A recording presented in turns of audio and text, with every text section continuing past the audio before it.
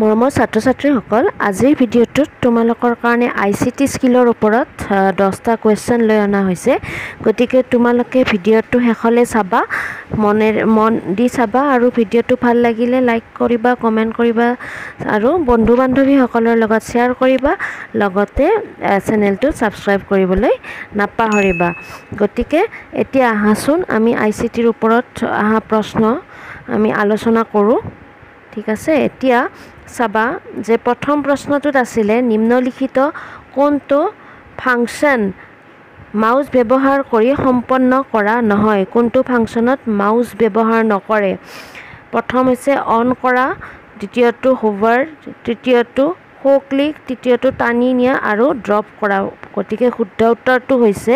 option number ক on কৰা second প্ৰশ্নটো হৈছে আপুনি বাও মাউস কিটি টিপি ধৰি মাউসটো ইফালে ইফালে স্থানান্তৰ কৰিলে কি শব্দ ব্যৱহাৰ কৰা হয় অপচন আছিল হাইলাইটিং টানি নিয়া বা ড্ৰেগিং বাছনি কৰা খ আছিল মুভিং গতিকে ইয়াতে শুদ্ধ উত্তৰ হৈছে অপচন নম্বৰ খ টানি নিয়া বা ড্ৰেগিং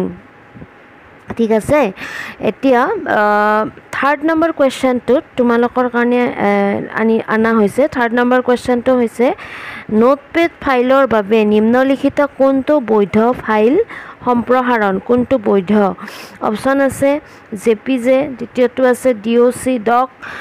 সিটোত আছে টেক্সট পোষ্টাৰ্ছ ডিটো আছে টিএক্সটি তো ইয়াতে শুদ্ধ উত্তৰটো হ'ব অপচন নম্বৰ ডি টেক্সট বা টিএক্সটি যে নোটপ্যাড ফাইলৰ বাবে আমি কোনটো বৈধ ফাইল ব্যৱহাৰ কৰো টেক্সট টিএক্সটি ঠিক আছে এতিয়া 4 নম্বৰ কোৱেশ্চনটোত আছে ফাইল এটা পোষ্ট কৰিবলৈ নিম্নলিখিত কোনটো শৰ্টকাট কি ব্যৱহাৰ কৰা হয় যেতিয়া ফাইল এটা আমি পোষ্ট কৰিব লগা হয় কোনটো শৰ্টকাট কি আমি ইউজ কৰো অপচন আছে control C control P Ctrl V and Ctrl X তো ইয়াতে শুদ্ধ উত্তৰ হৈছে অপচন নম্বৰ সি Ctrl V ঠিক আছে পোষ্ট কৰিবলৈ আমি Ctrl V মাৰো 5 নম্বৰটো আছে কিবা প্ৰতিলিপি বা কপি কৰিবলৈ আপুনি কোনটো কি ব্যৱহাৰ কৰিব যেতিয়া মানে শৰ্ট ফৰ্ম এইবিলাক পৰীক্ষাৰ কাৰণে খুব ইম্পৰ্টেন্ট যে শৰ্ট ফৰ্ম এতে আছিল Ctrl X B Ctrl C Ctrl Z D control Y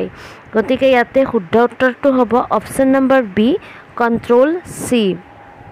যেতিয়া আমি বস্তু এটা কপি কৰিব লগা হয় ফাইল এটা কপি কৰিব লগা হয় তেতিয়া আমি কি শৰ্ট কি ইউজ কৰিম কন্ট্ৰল সি শুদ্ধ উত্তৰ হ'ব অপচন নম্বৰ বি এবাৰ আহিল আমাৰ 6 নম্বৰ প্ৰশ্নটো যে যদি আপুনি ডিভাইস এটা 100% চাৰ্জ কৰাৰ পিছতো প্লাগ ইন কৰি ৰাখে তেন্তে কি হ'ব মানে 100% চাৰ্জ হোৱাৰ পিছতো যদি আপুনি মানে প্লাগত দি থৈ দিয়ে হা সুইচ অন কৰি থৈ দিয়ে কি হ'ব পাৰে অপচন এ ই ভাঙিব পাৰে ই কাম কৰা বন্ধ কৰিব পাৰে ই অত্যাধিক গৰম হ'ব পাৰে আৰু ডাটা দুৰ্নীতিগ্ৰস্ত হ'ব পাৰে ইয়াতে শুদ্ধ উত্তৰ হৈছে অপচন নম্বৰ গ ই অত্যাধিক গৰম হ'ব পাৰে এতিয়া 7 নম্বৰ অপচনটো হৈছে এন্টিভাইৰাছে আপোনাৰ ডিভাইসটো কেনেদৰে সুৰক্ষিত কৰিব পাৰে হয়নে আমি জানো যে সবৰে কম্পিউটাৰ হওক মোবাইলত হওক এন্টিভাইৰাছ থাকে তো কেনেকে আমাক সুৰক্ষিত কৰে অপচন নম্বৰ ইয়াক অত্যাধিক গৰম হোৱাৰ পৰা সুৰক্ষিত কৰিব পাৰে ইয়াৰ প্ৰদৰ্শন বৃদ্ধি কৰিব পাৰে ই তথ্য দুৰ্নীতিগ্ৰস্ত হোৱা প্ৰতিহত কৰিব পাৰে আৰু ই ডাটা বেকআপ কৰিব পাৰে ইয়াতে শুদ্ধ উত্তৰ হৈছে অপচন নম্বৰ গ ই তথ্য দুৰ্নীতিগ্ৰস্ত হোৱা প্ৰতিহত কৰিব পাৰে এতিয়া অপচন নম্বৰ 8 হৈছে সুৰক্ষিত অনলাইন লেনদেন নিশ্চিত কৰিবলৈ আপুনি কি কৰা উচিত যে আমি যে অনলাইন লেনদেন কৰো হেতু সুৰক্ষিতভাৱে কৰিবলৈ কি কৰিব লাগিব আপোনাৰ কম্পিউটাৰ লক কৰক কেৱল সুৰক্ষিত ৱেবসাইট ক্ৰেডিট কাৰ্ড বা বেংকৰ বিৱৰণ দিয়ক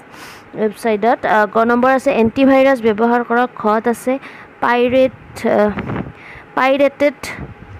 সফটওয়্যাৰ ব্যৱহাৰ নকৰিব এতিয়া শুদ্ধ উত্তৰ হৈছে অপচন নম্বৰ খ কেৱল সুৰক্ষিত ৱেবসাইটত ক্ৰেডিট কাৰ্ড বা বেংকৰ বিৱৰণ দিয়ক কোৱেশ্চন নম্বৰ 9 টো হৈছে এটা শক্তিশালী পাছৱৰ্ডত কি থাকিব লাগে অপচন দিছে ক কেৱল আখৰ খ সংখ্যা আৰু বিশেষ বৰ্ণ গ এজন ব্যক্তিৰ নাম খ বৰ্ণ সংখ্যা আৰু বিশেষ বৰ্ণ গতিকে ইয়াতে শুদ্ধ উত্তৰটো হৈছে অপচন নম্বৰ খ বৰ্ণ সংখ্যা আৰু বিশেষ বৰ্ণ এটা শক্তিশালী পাছৱৰ্ড হ'বলৈ হ'লে ইয়াতে আমি বৰ্ণ ইউজ কৰিম সংখ্যা ইউজ কৰিম আৰু বিশেষ বৰ্ণ ইউজ কৰিম অপশ্যন নম্বৰ 10 টো আছে এটা ডায়লগ বক্স খুলিবলৈ কি শৰ্টকাট কি ইউজ কৰিব পাৰি কি শৰ্টকাট কি হৈছে যে option A control V option B control F option C control H option D control Z এতিয়া ইয়াতে শুদ্ধ উত্তৰ হৈছে option number C control H ঠিক আছে তো এইখিনিয়ে আছিলে আজিৰ ভিডিঅ'টোৰ প্ৰশ্ন উত্তৰ গতিকে তোমালোকে ভিডিঅ'টো ভালদৰে চাবা আৰু ভিডিঅ'টোৰ জৰিয়তে উপকৃত হোৱা বুলি মই ধৰি লৈছোঁ যদি কিবা